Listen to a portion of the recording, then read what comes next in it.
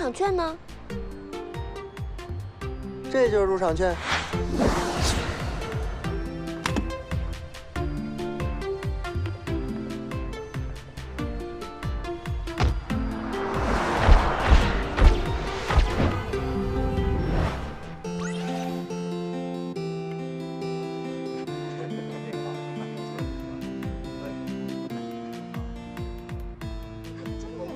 哎，韩毅，我们这样真的行吗？万一待会儿被人赶出来，岂不是很没有面子啊？这话说的好像你本来很有面子的。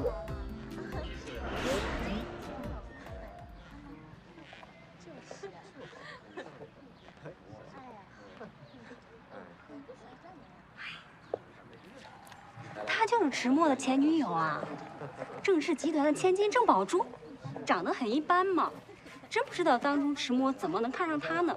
就是，听说当初迟墨对他一片痴心，死心塌地的。可惜呀，他见人家家道中落，就一脚把人踹开，现在又主动贴回来，脸皮也是够厚的。还有这人，哎，我去追他了，你在这里盯住啊，盯住。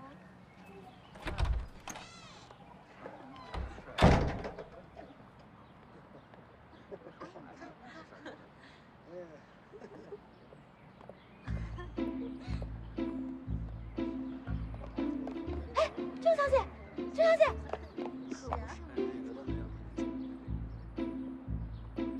郑小姐，你还记得我吗？别说我啊！郑小姐，你没事吧？好聪明！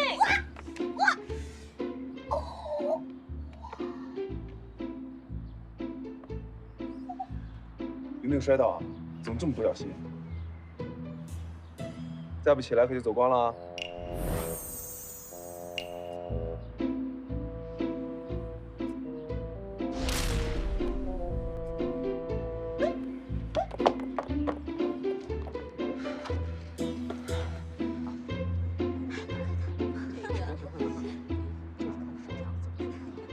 各位，今天我开舞会的目的，主要是为了庆祝我拍回我们池家的祖传羽饰戒指。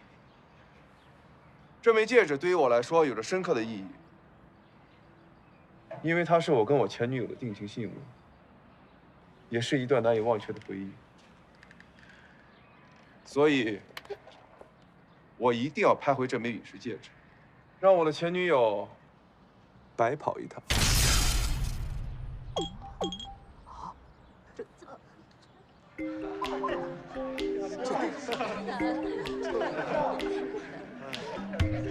迟墨，你到底想怎么样？我说过会给你一个惊喜的，怎么样？刺不刺激啊？如今郑小姐想投怀送抱，我可未必答应。哎，郑小姐，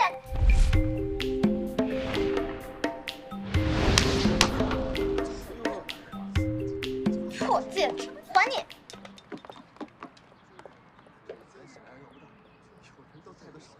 还不要？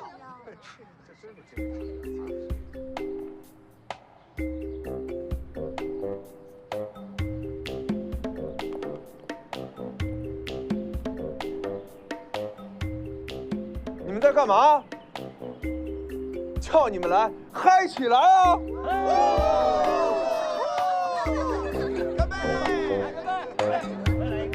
郑小姐，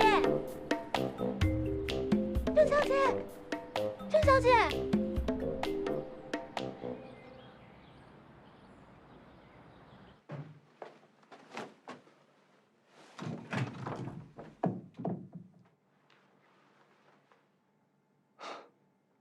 什么品味啊，这是？没救了。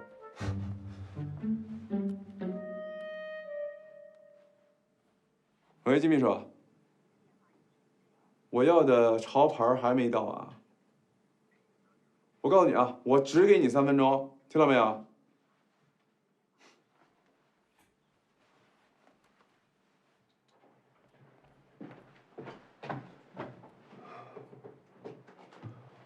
大哥，你发型都这么土啊？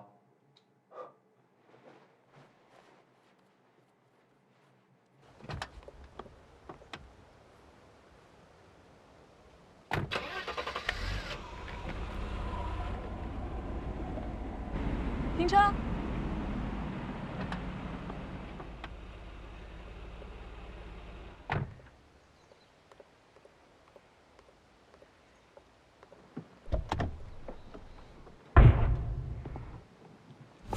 迟墨的妈妈，这估计是世界上唯一镇得住迟墨的人。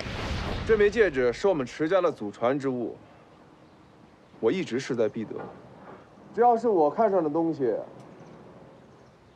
不管是人或者是物，一定能够弄到手。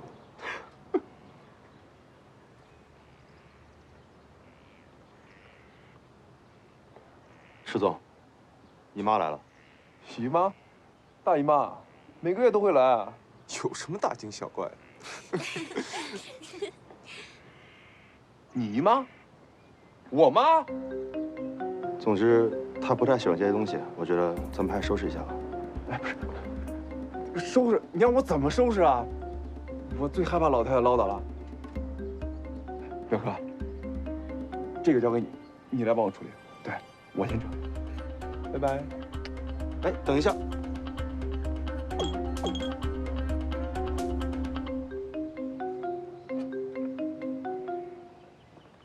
阿姨，今天的花园别墅舞会是专门为了庆祝拍回迟家的祖传戒指的。真是胡闹！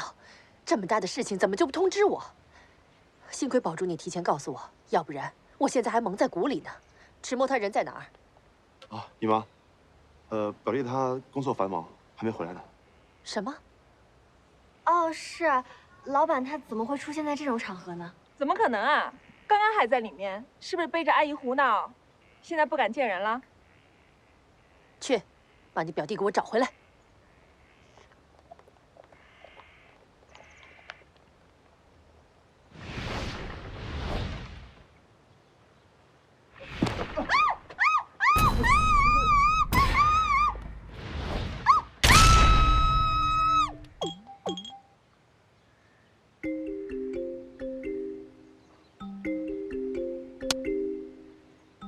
迟墨，你个坏蛋，你死变态！虽然有人顶包挨骂，听起来很爽，但是我要告诉你，我不是什么迟墨，我叫宋小小。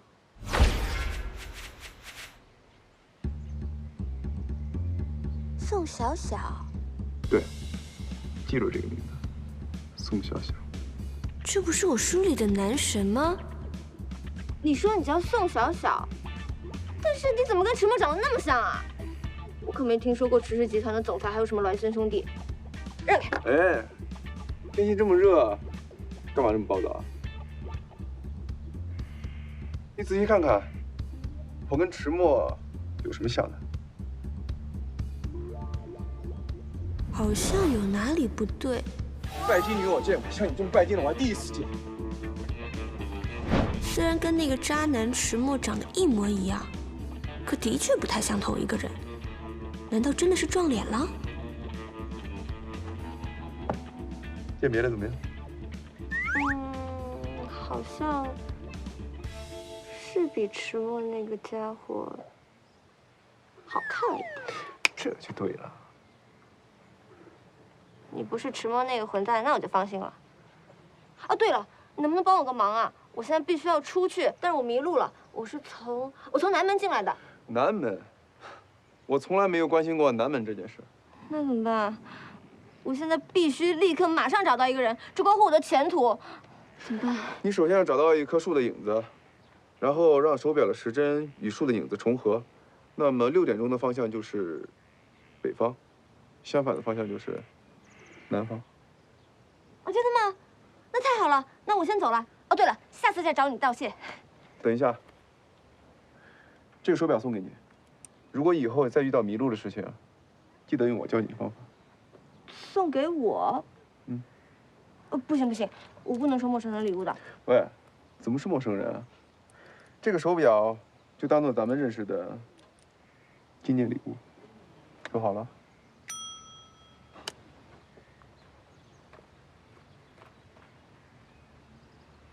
纪念礼物，定情信物。我好像做了一场梦，我上本小说里的男神就叫宋小小啊，莫非这就是流星石头带给我命中注定的缘分。美克拉美钻石公司，这些都是我的同事，也许很快就要变成前同事。没错，他们就是我那本小说《我叫好聪明》里的原型，美玲，一个以减肥为终身事业的胖女孩。即使每天都有着惊人的嘴部运动量，她的体重还是从100斤减到了120斤，又从120斤减到了180斤。赵西川，一个没有女孩眷顾的大龄单身男青年，最常说的一句话就是：“其实他们都暗恋我，我觉得那个女孩喜欢我。你不懂，我能读懂她的背影。”进来。都是我们的错呀，对不住，对不住。哎呀，你跟郑总好好说一说嘛。哎呀，就他让我让他滚蛋。段奕斌，长相着急的坑爹大叔。据说他15岁的时候就长得像40岁，20岁时还是长得像40岁，现在到了30岁还是40岁的样子。或许他到40岁的时候就能赶上正常人的水平。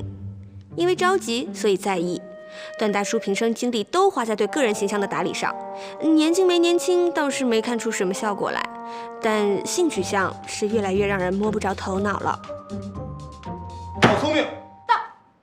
刚才郑宝珠助理给我打电话，搞砸了一切，还有脸回来？经理，我告诉你，你完了！这3个月来，你给我惹了多少麻烦？今天我必须把你瘟神送走！我要再让你回来，我他妈就是条狗！喂，哎，郑总，好的，我马上过去，我马上过去。我现在就去跟总经理请罪，在我回来之前，离人东西滚蛋！不想再见到你。毕业2年来，我应聘过各行各业共计无数份工作，美克拉美的珠宝设计师是我唯一干满了3个月的工作。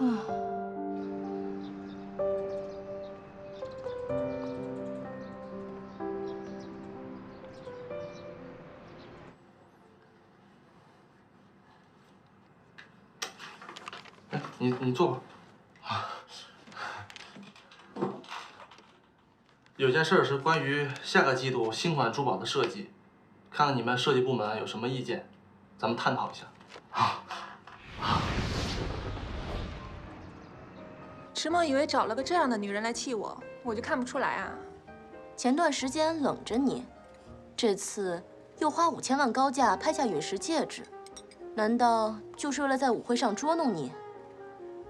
我倒觉得，他还是喜欢你的。什么意思啊？大小姐，你是不是傻呀？如果你不喜欢一个人，你会花那么大心思去捉弄他吗？所以他其实并不是真正的讨厌我。总之，前男友、前女友，本来就是一段扯不清、理还乱的关系。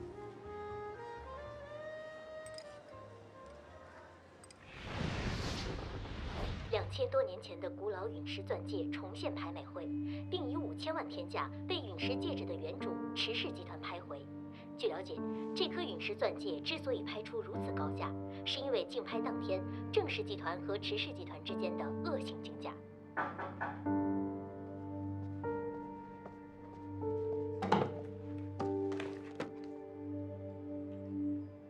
现在各大媒体都在报道咱们拍下的天价陨石。关于这颗陨石戒指，宋总助当时你也在场吧？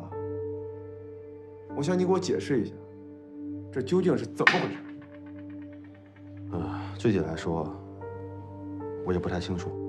可是这枚戒指确实是池总您亲自拍下的，没错。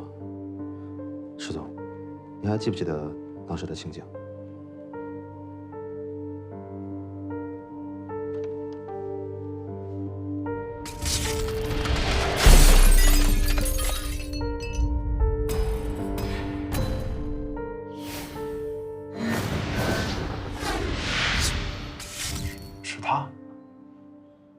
我想，可能是阴血后遗症。那我丢了的这块手表也是因为晕血症？啊，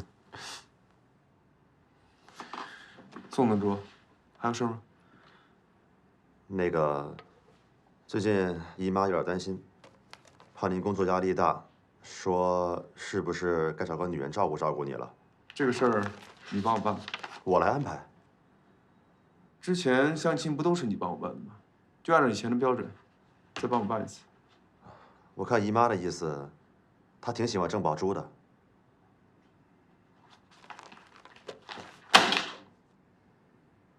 你知道的，我谁都可以娶，唯独不可以娶郑宝珠。没事，你出去。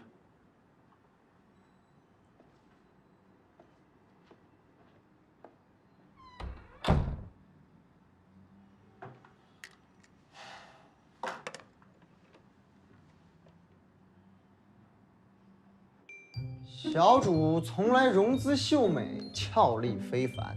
近日因诸事繁杂，身子不适，略显容颜憔悴。奴才承蒙小主恩泽多年，每每思之，倍感惆怅。适逢皇额娘刚刚从西域运来上等之辛辣食材，奴才私心想着，要是小主用来，定是极好的。不知小主意向如何？那个，中午吃炸酱面就算吧。别闹，本宫今天没心情。哎呦喂，怎么了？这是不就丢了工作吗？世界末日了？真的跟世界末日差不多了。好不容易吧，邂逅了我的天才，可是他就这样消失在了茫茫人海之中。好不容易，我喜欢的工作终于要过试用期了，偏偏出了郑宝珠这么个奇葩。等会儿，这工作咱先不提，天菜什么鬼啊？天菜，天生是我的菜，只可惜是昨天晚上邂逅的，来去匆匆，杳无影踪，只给我留下这么一块表，睹物思人。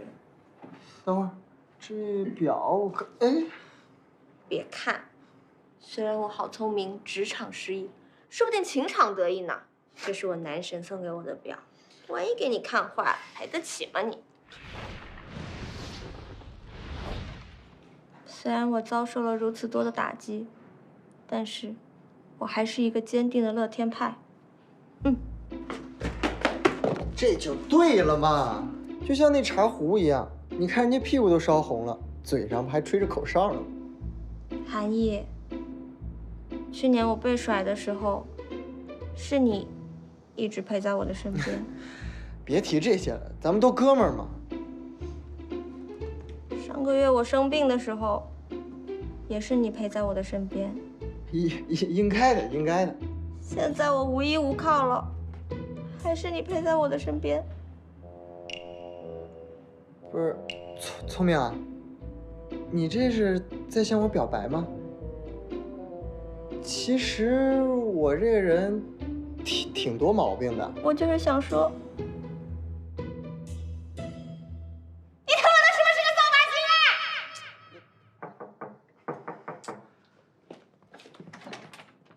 聪明，小聪明，恭喜你啦！恭喜我什么？我都已经要辞职了。从今天开始，你已经通过了我们美克拉美的试用期，现在你将光荣地成为我们当中的一员。鼓掌！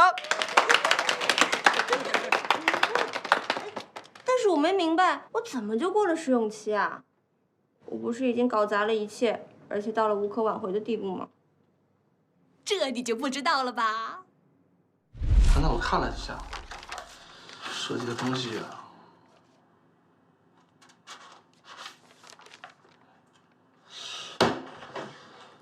我问你，这个设计稿是谁的？郑总，都是我的错，我就不该给他招进来，都是我的错。那确实是你的错。你身为设计部门的经理，为什么没有及时把他提拔出来呢？这是我见过的今年最具浪漫情怀的设计，他很有自己的想法。你把他叫来，我当面跟他亲自谈一下。啊！我要再让你回来，我他妈就是条狗！怎么了？我立刻就把他给叫回来，我立刻就去。啊，原来是这样啊！看经理现在在哪里呀？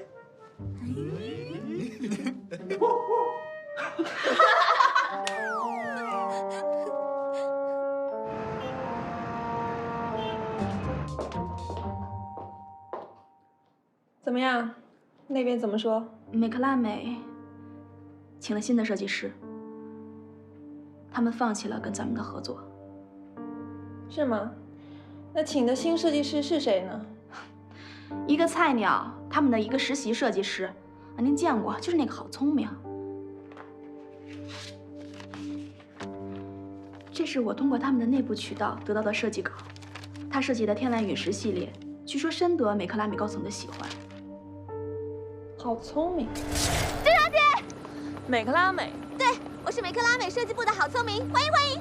郑小姐，你还记得我吗？别说我啊！郑小姐，你没事吧？我好聪明。又是哪个好聪明？你把这个设计图交给兴盛珠宝公司，怎么做不用我教吧？反正我要好聪明3天之内滚出美克拉美。是，只要他离开了美克拉美，相信过不了多久啊，美克拉美一定会回来求您的。难道我稀罕吗？想请我去做首席设计师的多的是，滚！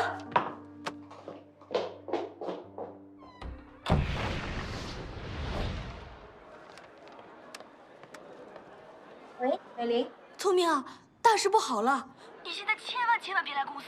段大帅哥今天早上收到一封律师函，说咱们公司新产品涉嫌抄袭。啊，涉嫌抄袭？我辛苦了那么多天才出来的成果，是谁2片嘴唇一碰就给我说成了抄袭啊？这是一家新上市的珠宝设计公司，他们不但设计概念跟咱们公司一样，就连设计稿都一模一样。那我现在就去找段一冰。这事情哪有你想的那么简单啊？段大帅哥气的都更年期提前发作了。你要是现在来啊，就等着被他的怒火打成筛子吧。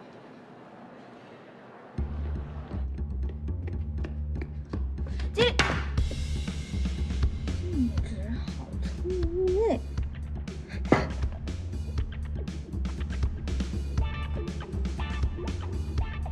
你们这样做能难得倒我好聪明？说我抄袭，我自己找他们去。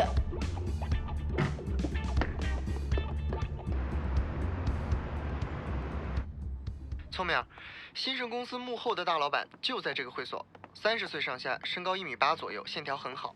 他今天穿的是经典英式剪裁灰色西装，白衬衫看不出品牌，短发梳得很整齐，还戴着墨镜。哦，OK， 有照片吗？有。好像有点眼熟。哎，等等。总之，人已经帮你找到了，你好自为之吧。好吧。哎，小姐您好，请问您预约了吗？我找人。我们这是私人会所，只对会员开放，而且呢，今天有客人包场，实在抱歉。哦。哎，你们那儿是不是有一个招聘启事？我记得。我是来应聘的。应聘？你？怎么不是应聘吗？你有相关的经历吗？我啊。毕业之后，因为帮朋友的忙，在涉外酒店做过服务员，接受过茶道培训。之后因为兴趣，在咖啡厅做过调酒师。再之后，在创意咖啡厅做过经理助理。行吗？听起来倒是符合我们的要求。这样吧，你去填一张入职的申请表，好吧？好。好，跟我来。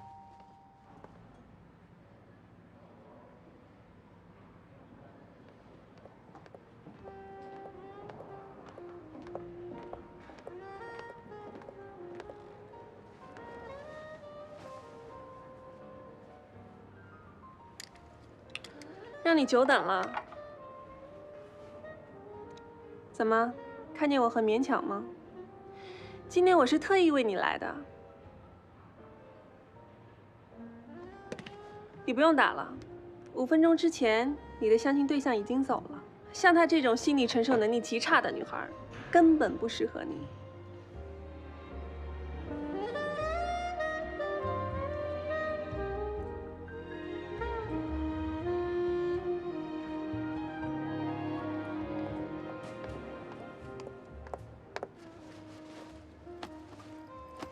你是？我是迟墨的女朋友。女朋友？据我所知，迟墨似乎并没有女朋友。那你总该听说多年前唯一的一个前女友吧？那又怎样？前任和现任能相提并论吗？这么说，你是想自不量力的跟我竞争喽？自不量力。虽然我不知道你的家世，我自我介绍一下吧，我叫郑宝珠，郑氏集团的未来接班人。虽然我不知道你的家世，但看你的样子，很明显你的学历不如我，容貌不如我，财力也不如我。请问你有什么资格和我抢男人呢？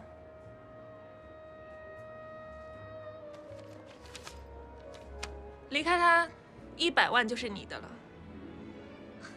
有钱了不起啊？200万，200万够吗？像你这种样子，200万应该不是个小数目吧？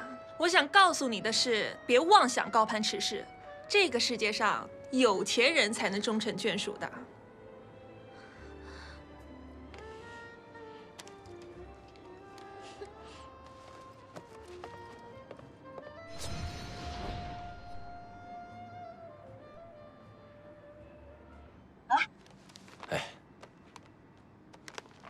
看来你的条件还真是不错，啊，我们回去商量一下，尽快给你答复，好吧？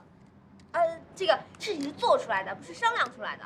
我这个人呢，最大的优点就是勤劳能干，我免费给你们试用，今天就试用。好，好，好，行，欢迎你加入啊！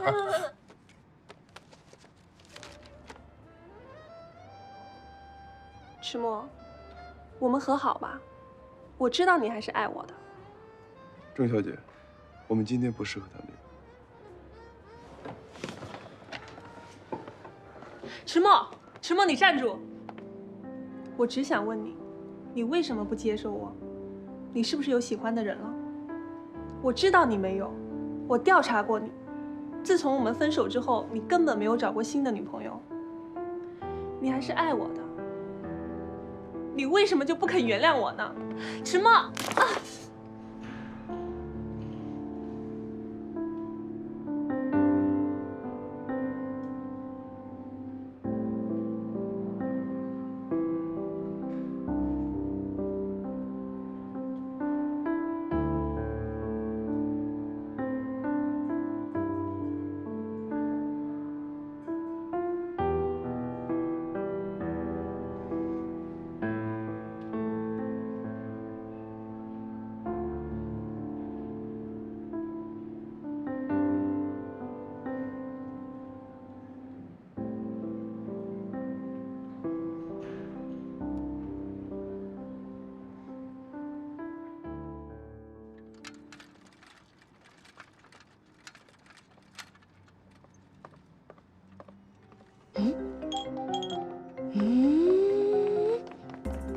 等等，虽然只是惊鸿一瞥，但乍一看很眼熟，身高符合，灰色西装也符合，白色衬衫也符合，戴墨镜也符合。难道他就是我千辛万苦要找的人？没想到我好聪明，运气这么好，就是他了。哎，越看越觉得这个人好眼熟啊。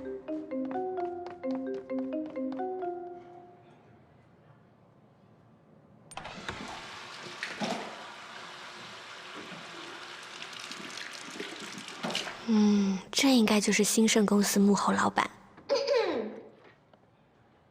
这位先生您好，我是美克拉美钻石商场的设计师，好聪明。啊，你放心，我是绝对没有恶意的，我只是……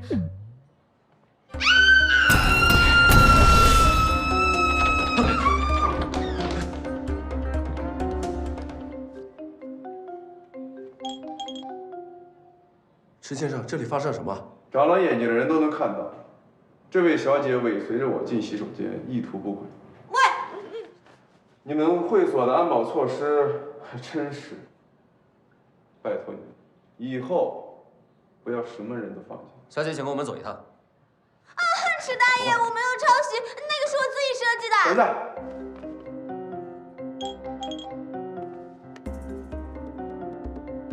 原来是你。看来你不只是个拜金女，还是个小偷。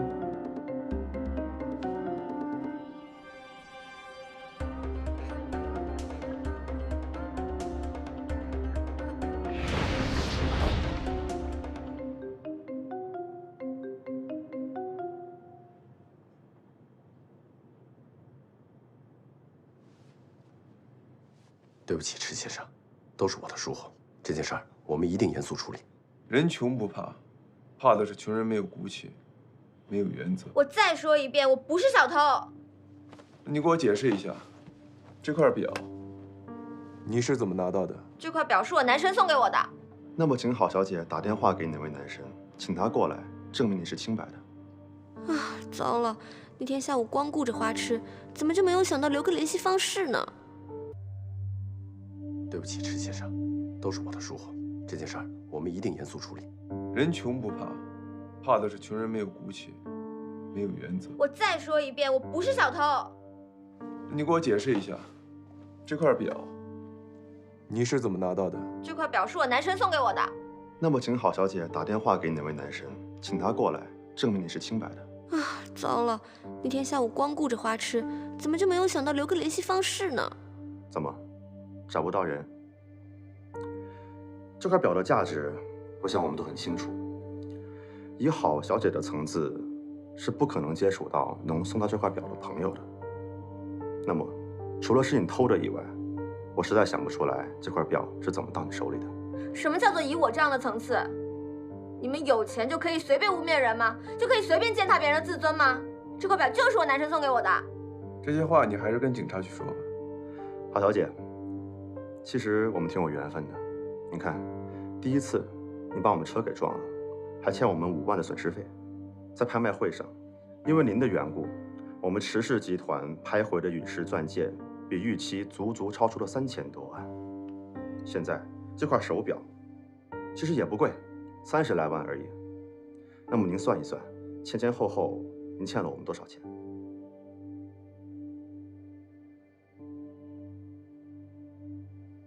其实您年纪轻轻的，大好年华，我们也不希望你在监狱里边度过，所以您还要坚持承认这块表就是您的吗？那你们想怎么办嘛？我们不想怎么样，这个表当然是要物归原主的。还有，就是麻烦郝小姐帮我们签一个欠条。放开我！我还有话没说完呢！池墨，你大爷的！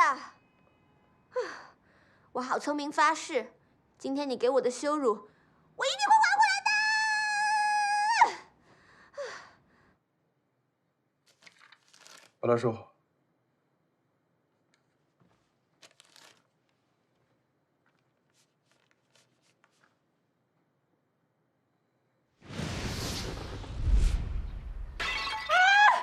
全都笨手笨脚的，出去！是。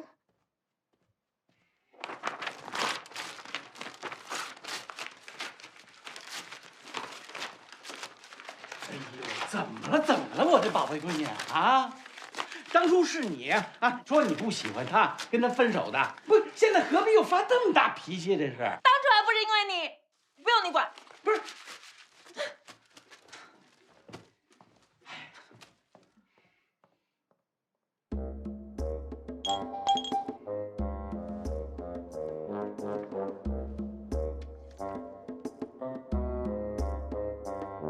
自我介绍一下，我就是救人于任何危难之间的感情专家韩毅。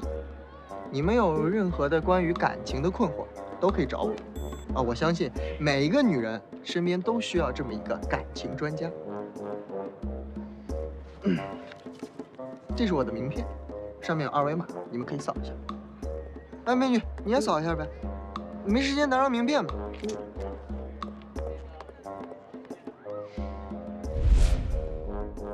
对了，那个爱情专家，我对我女朋友那么好，可她为什么不珍惜我？韩老师，我不想活了，我要为她而死。如果我没记错的话，这应该是你第8次拍我店里的单子，你的8次恋爱，每一次你都犯贱，而且还是一次又一次的犯贱。什么时候你不犯贱了，女人就来喽。是韩毅吗？没错，我就是迷倒万千少女心的爱情专家。请问您是？多少钱包你1个月？大姐，你误会了，我只卖艺不卖身。我不用你的身体，我只要你的脑子。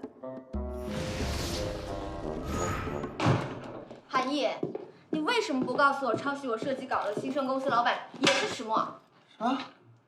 不是，等会儿，我是真不知道。我要知道，我肯定告诉你的。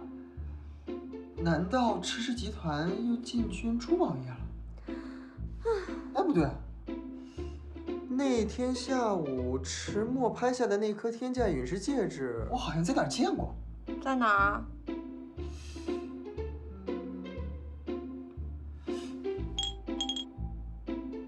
你给我看看。我就说吧，这石头质地简直跟新闻里那个长得一模一样。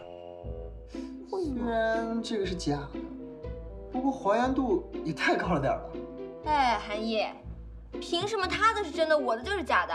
我告诉你，这个是我看流星雨的时候亲手捡的流星石头，我自己做的戒托，好不好？啊，好，好，好。你让我再仔细看看啊。看就看，随便看，反正我连北漂都快当不下去。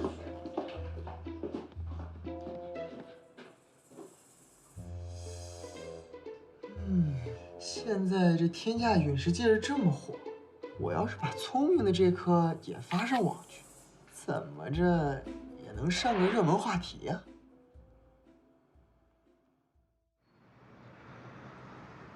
29日，迟氏集团总裁迟墨以5000万的天价拍下一颗极品陨石钻戒。据知情人士介绍，这颗陨石钻戒是迟氏的祖传之宝，近日来一亮相就引起了公众的广泛关注。然而罕见的是，近日微博上有网友晒出另一颗陨石钻戒，居然与天价陨石钻戒有极高的相似度。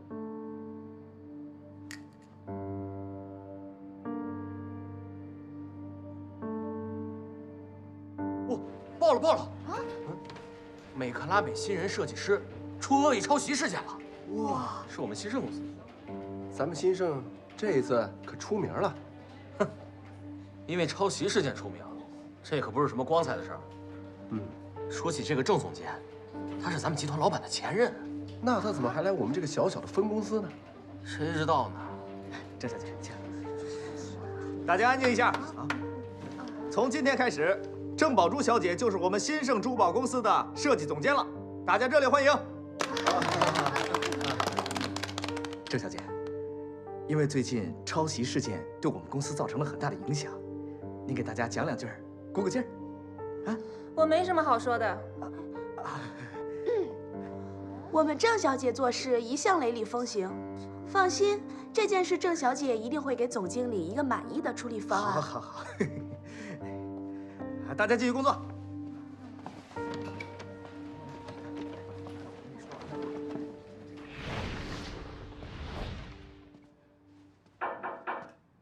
进来。老板，你找我。马上就查出这个微博、这个戒指的主人，我要尽快知道他全部资料。好的，老板。去吧。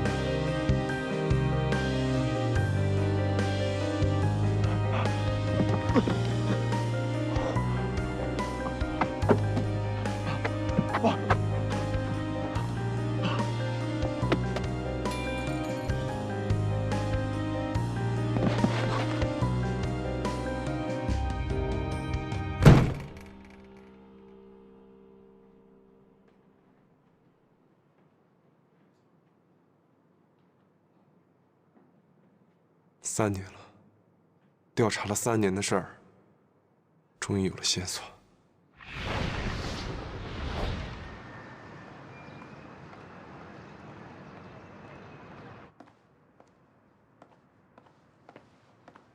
老板，来盒烟。什么烟？随便。29日，迟氏集团总裁迟墨以5000万的天价拍下一颗极品陨石钻戒。据知情人士介绍，这颗陨石钻戒是迟氏的祖传之宝，近日来一亮相就引起了公众的广泛关注。然而罕见的是，近日微博上有网友晒出另一颗陨石钻戒，居然与天价陨石钻戒有极高的相似度。大哥，这怎么办？那个，现在这里出人命了，有很严重的车祸。我们在高速公路上，您快点来呀！大哥，咱那目标不就是那包吗？我直接过去把它抢了，咱们就跑，不就完了吗？你傻呀？没看见那有警察吗？我们就一起在外面看流星雨来着，然后我……走。先生，你烟还要不要？啊。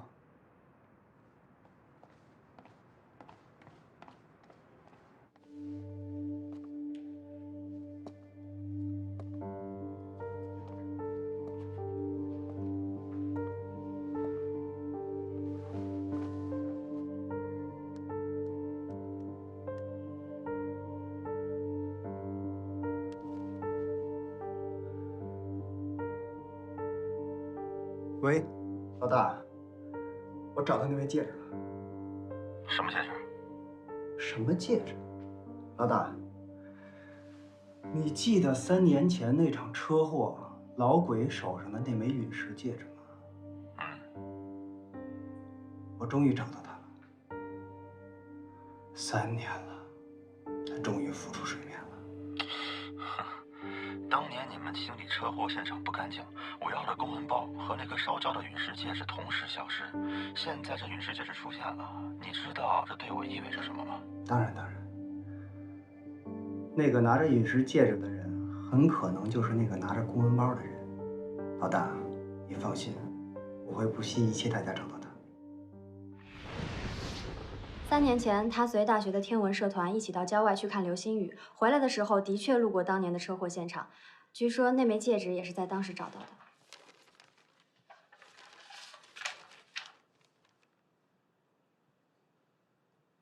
怎么是他？老板，有什么问题吗？没有问题，你尽快安排会面。我有预感，他应该就是车祸真相的关键。好的。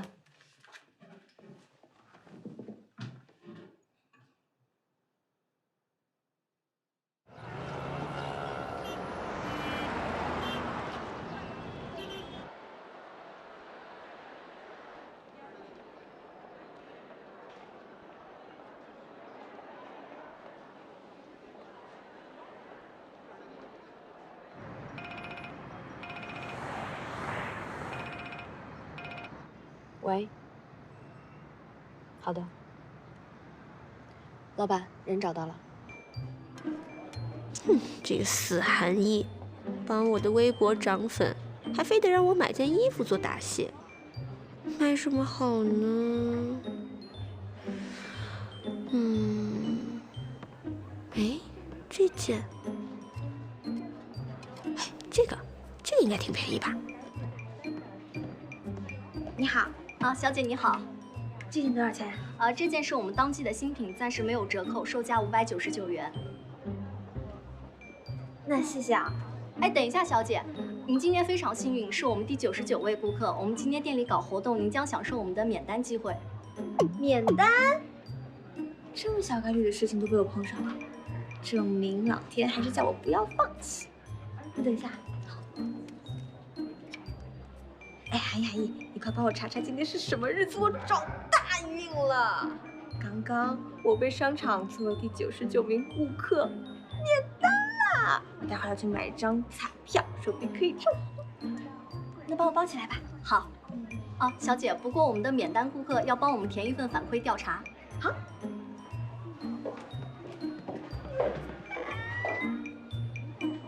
小姐，麻烦你了。 这么厚，都是问卷调查。为了给顾客最好的服务，我们将加倍注重服务的细节，请小姐您务必认真填写这50页问卷调查。50页，好。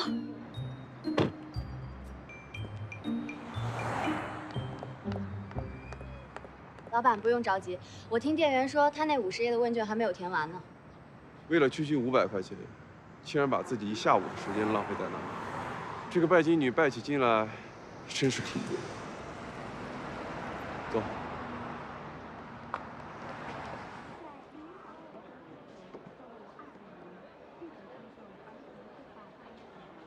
看来之前我真是高估了这个拜金女，咱们的谈判价格还可以再低一点。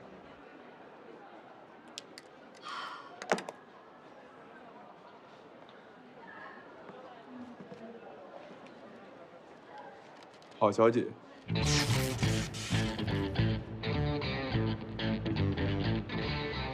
我们又见面了。你好，池大爷。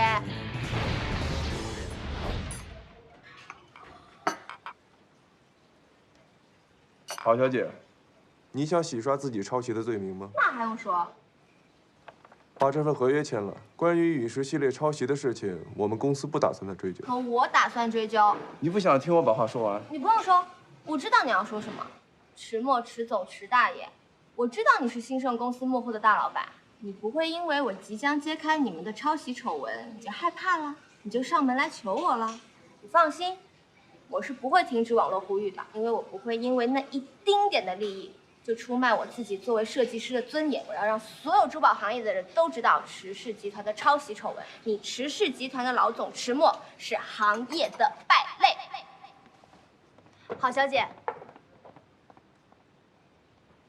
一丁点利益，老板，要不要我追上去跟他解释一下？天价陨石系列钻戒的项目负责人和随意填写数目的支票，这无论如何都不算是一丁点利益吧？不用着急，他一定会回来再求我。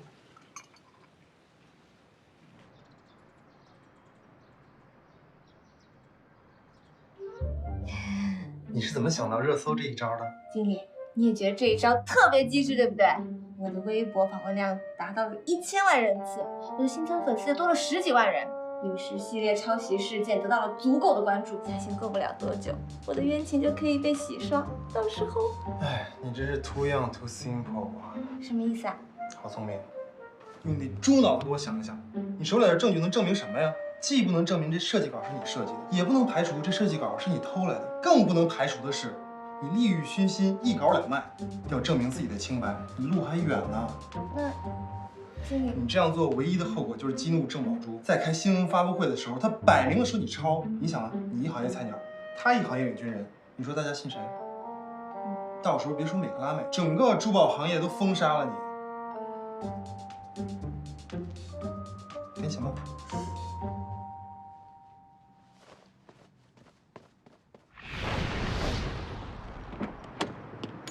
郑小姐，可不可以给我3分钟的时间？我想跟你聊一聊陨石系列。没什么可聊的，我们现在要去发布会现场，请你让开。但是郑小姐，我真的不是抄袭者，我是清白的。郑小姐，我们都是做设计的，你肯定知道这个发布会一旦召开，对我有多严重的后果。这是郑小姐的原稿设计，请你看一下，死也死得明白。好了，废什么话，走。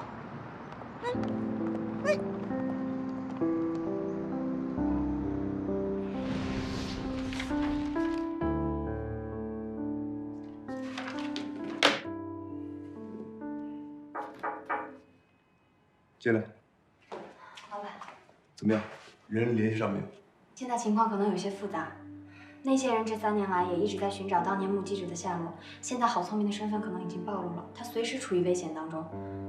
老板，我们现在是不是应该马上行动？如果晚了，可能会有别的变故。不用着急，如果想取得谈判的胜利，我们还得晾他一晾。即使他被人盯上了，螳螂捕蝉，黄雀在后，我们照可以引蛇出洞。可是他马上就要离开北京了。他要离开北京？是，郑小姐的发布会一开，他留在北京也没有意义了。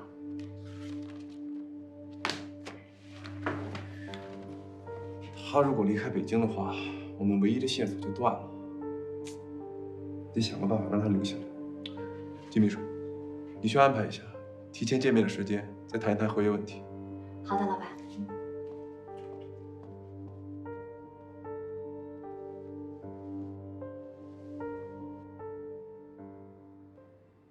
郑小姐，这件事其实是咱们冤枉了那位美克拉美的郝小姐。原来她跟池先生之间真的没什么关系。这次的设计稿抄袭事件，她算是躺枪了，活该她倒霉。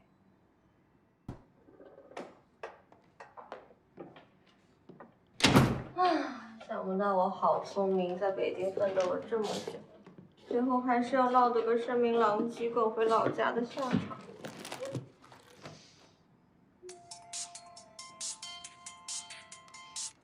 喂，什么？我叫好聪明读者会？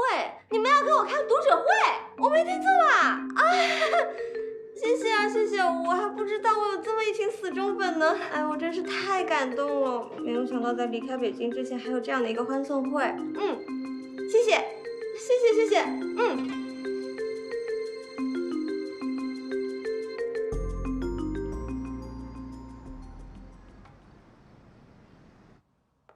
老板，这是今天晚上读者见面会的地址和入场券。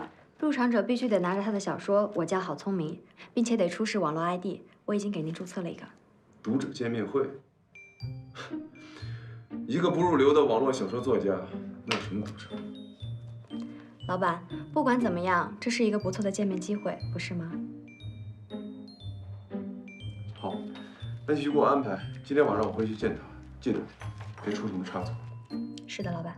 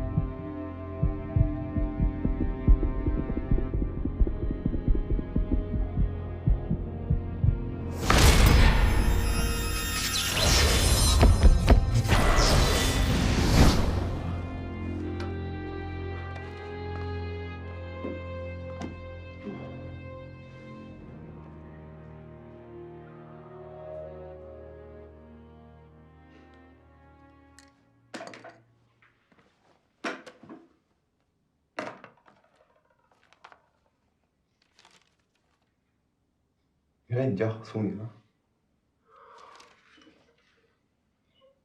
读者见面会。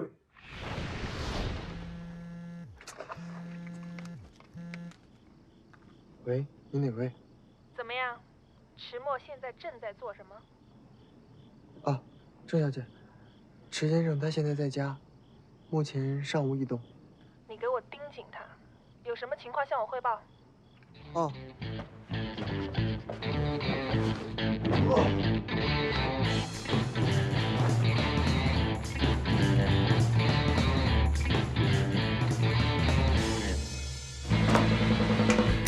迟墨有情况。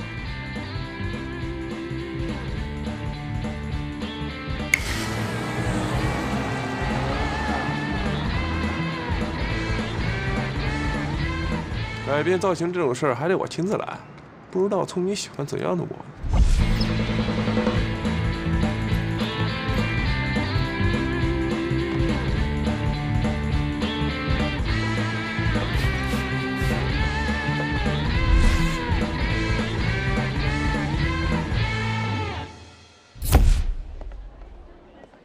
迟墨，迟氏集团老板，画风不对啊。应该不是。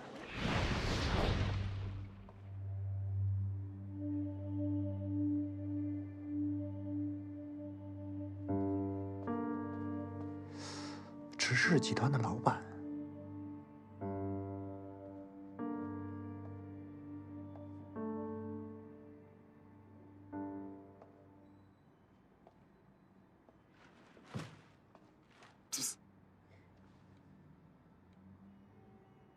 迟墨，才几天不见啊，不认识我了？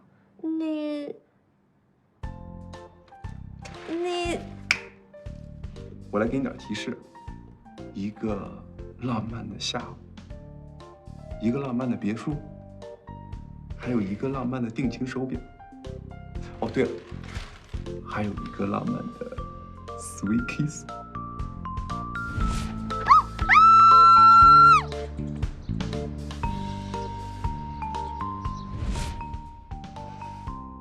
你是我的天才，你是宋小小，我们又见面了。可是宋小小，你为什么会在这里啊？我为什么不能来这儿啊？我是来参加你的读者会的，我可是你的粉丝哟。谢谢。想不到你也是我的读者啊，真是太有缘分了。缘分真的是太重要了。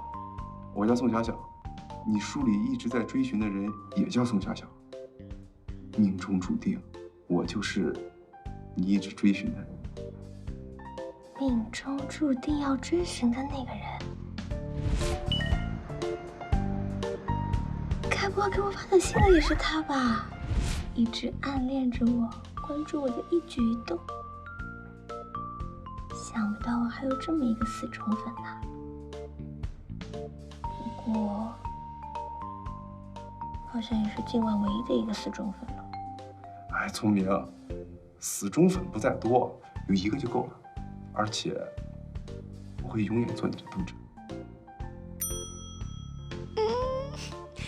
这算表白吗？作为一个设计师，我简直是失败透顶，工作没了，名声也坏了。作为一个作家，你说我的读者粉丝会竟然只有一个粉丝，为什么我所有的愿望都不能实现啊？哎，聪明啊，我有一个朋友，可能是电影看多了吧？你知道他梦想是什么吗？什么？职业杀手。后来呢？后来他圆梦了，嗯，去屠宰场杀猪。真的圆梦？其实啊，我是想告诉你，如果上帝为你关上了一扇门，也许不一定他为你开几扇窗，但是你要记得，烟囱一直为你敞开着。再说了，下水道也能通向光明的哟。明明长得那么像，可是怎么做人就那么不同呢？你又在想那个池大爷啊？哎，我听你这么说，他祸害你够深啊！简直一言难尽。你不知道，他简直他不但抢走了你送我的手表，他还污蔑我是个小偷，他还逼我签下的那个默许我的欠条，说我欠他3000万。如果可以，我希望我永远不要再见到他。那手表怎么又回到你手上了？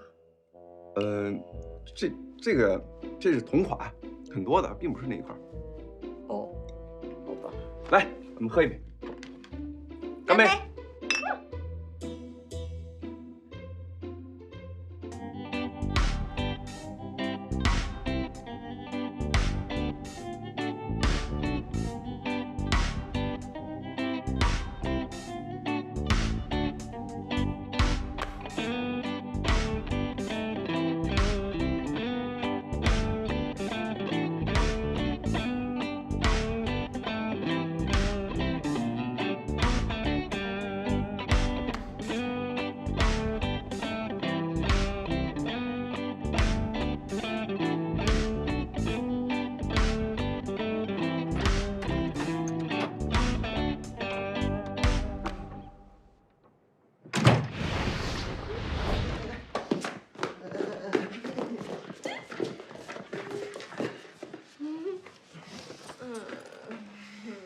不就是个读者见面会吗？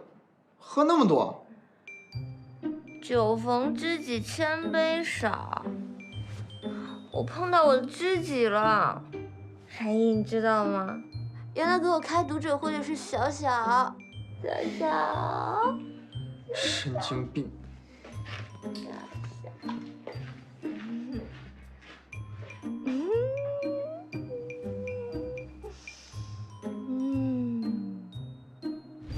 哎，聪明，死忠粉不在多，有一个就够了。而且，我会永远做你的读者。糟了，我刚刚一兴奋，又忘记问他问电话号了。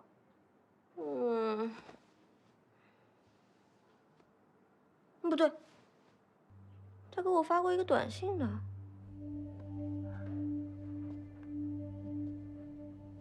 喂，老大，这事儿不太好办呐。没用的东西，不是保证一定能搞定吗？费尽了心机弄了一个读者会，倒是让其他人捷足先登。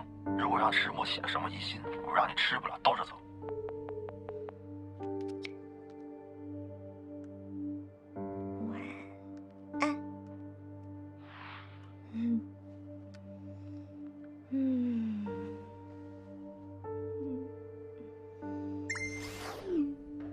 喂，老大，他给我回信息了。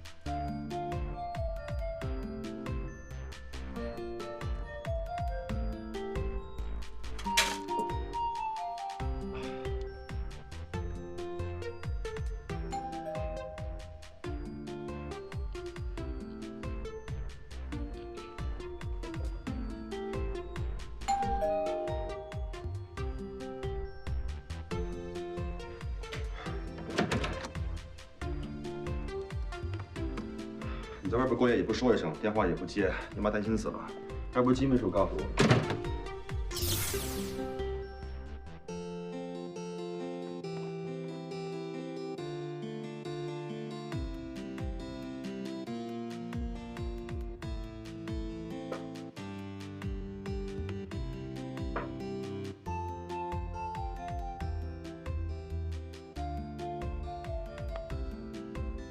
他不是只喝纯净水吗？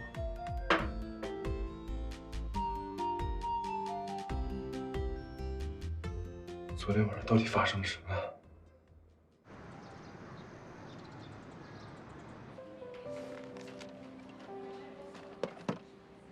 聪明啊，你真的要走了？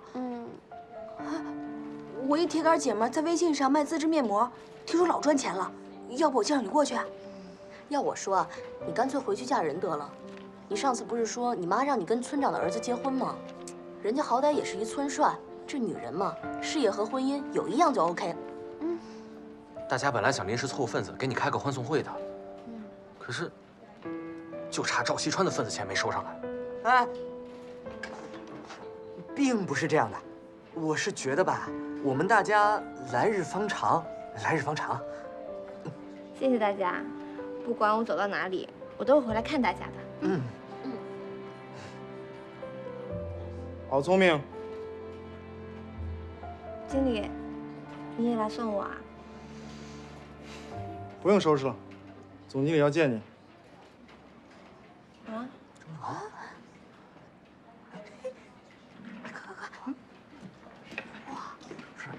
不用走了吧？啊，是不是有转机啊？太好了！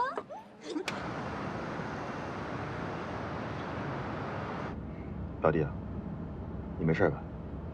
你最近气色不太好，要不要去医院看一下？宋董柱，注意你对我的称呼。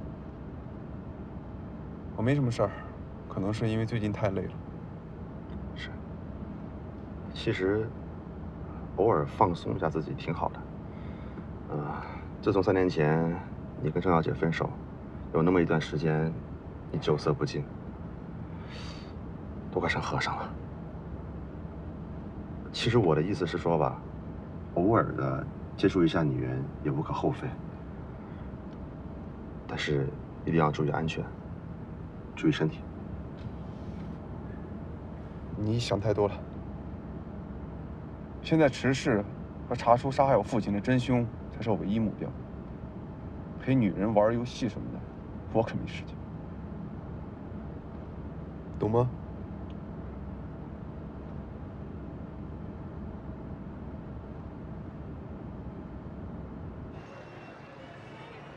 设计师好聪明，究竟是谁这么厉害，居然能把抄袭事件给压下来？聪明啊，那你工作岂不是保住了啊？小信不久以后啊，你的冤屈就会洗清了。不行，我一定给你好好庆祝一番。哎，各位，听我说，今天晚上我们大家一起给郝聪明庆祝一下，好不好？谢谢大家，今天晚上我请大家吃饭。干杯！谢谢大家，谢谢大家，我的工作终于算是保住了。这真是太好了！吃起来，吃起来，不要客气啊！哎，看，豪车！村明，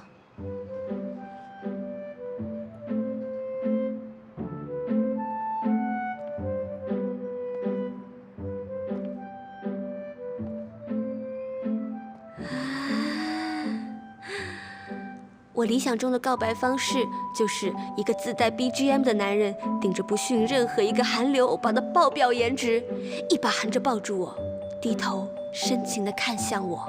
喂，好笨蛋，你上次给我的门牌号码是错的。他不会是你男朋友吧？哎呀，不是，不要乱说。我怎么觉得他这么眼熟呢？他不就是池氏集团的池总吗？对啊。难不成你俩已经……哎，不是，他不是池总，他是我的一个读者，他叫宋小小。哦，撞脸啊，难怪。不过他跟池总长得好像啊，是吗？尤其是这五官。哎，不对，好像比池总还要帅呢。小小，今天你过来干什么呀？我今天过来是要跟你宣布一件事情。我已经想好了，我要跟你在一起。不行！为什么？我今天没有洗头，而且我还没有穿那个我表白日想穿的那个连衣裙。还有就是，如果我今天答应你的话，我们以后的纪念日都要在烧烤摊上过。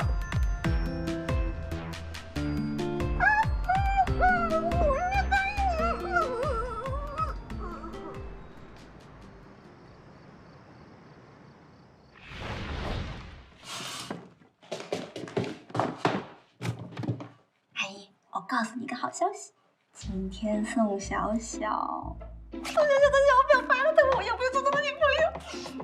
你是不是答应了，还是答应了？你跟这宋小小才见过几次，这就男女朋友了？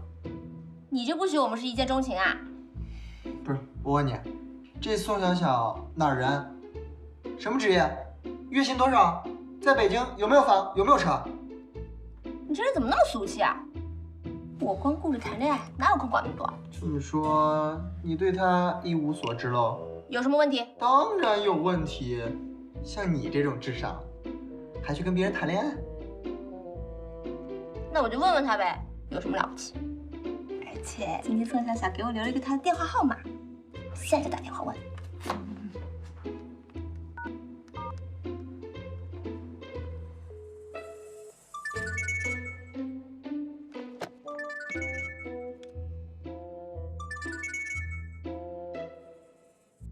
喂，小小吗？我是郝聪明啊。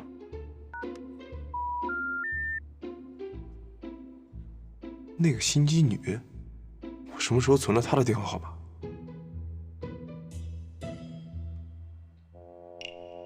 她好像也不是那么的在乎你哟。我就不信无尽打不通。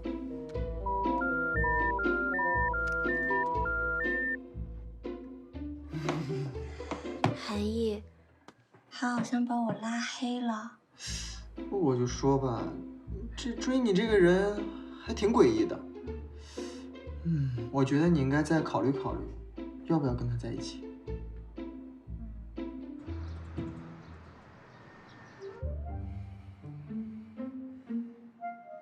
虽然我不知道总经理为什么那么器重你，但你给我听好，今天这个会客，给我好好接待。他的决定将决定你能不能留在公司。是，我一定戴罪立功，保证完成任务。